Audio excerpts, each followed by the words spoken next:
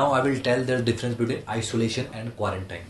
The isolation is done only for the disease patient, like patient which are showing symptom, severe type of symptom, and which are needed to be hospitalized.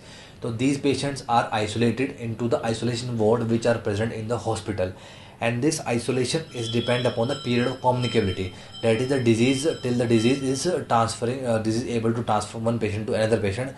So till that period, the period of communicability, we have to keep the patient under isolation. It does not depend upon the incubation period. Whereas when we talk about the quarantine are done for patients which are apparently healthy patient which has a very mild symptom and do not need to be hospitalized.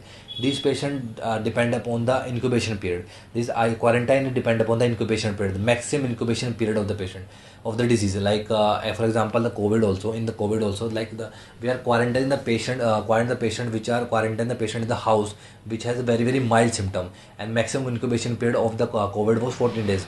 Noted. So we had quarantined the patient for at least 14 days if there is any mild symptom or something.